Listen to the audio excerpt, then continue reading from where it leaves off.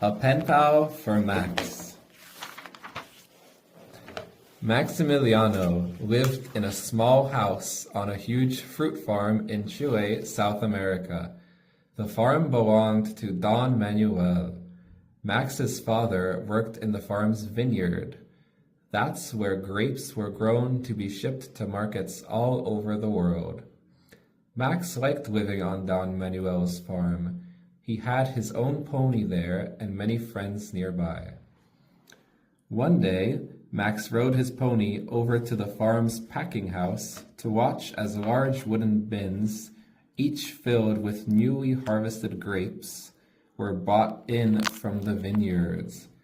He stayed to see the grapes separated in small bunches, wrapped in paper, and put into boxes.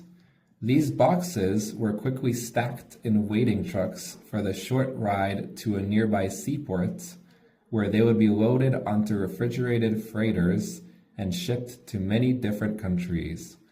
Want to go along for the ride? The packing house manager jokingly asked Max. These grapes are about to leave for the United States. Do you have any friends there? Max had none, and that's when he got the idea that it would be fun to have a friend in a faraway place. Quickly, he turned his pony around and headed home. As soon as he got there, he secretly wrote this note. I'm not reading that, that's in Spanish. Hola, mi nombre es Maximiliano Farias. Me gustaría ser tu amigo. Por favor, escríbame. Very good. I don't know about that. In English, it read, Hello, my name is Maximiliano Farias. I would like to be your friend. Please write to me. He signed his name and gave his address. Max tucked the note into his shirt pocket and rode back to the packing house, where grapes were still being brought in and prepared for shipping. When no one was looking, Max slipped the note into a box of grapes. Maybe someone will find this, Max said to himself.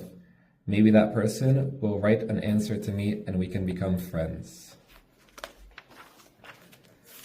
Max told no one about the note, not even his little sister, but he often asked his mother, Was there any mail for me today? Are you expecting a letter? Wait, is Ashley's? Yeah, it's fine. Are you expecting a letter? His mom always asked. No, not really.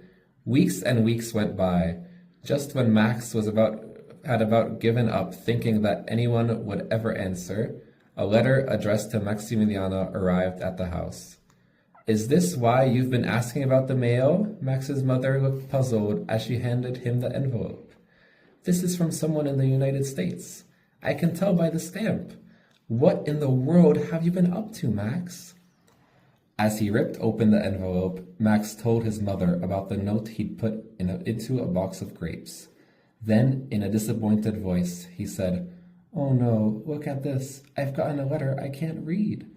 Max's mother recognized that the letter was written in English, even though she could not read it herself. Don Manuel speaks and writes the English language. Maybe if you ask nicely, he'll translate this letter for you.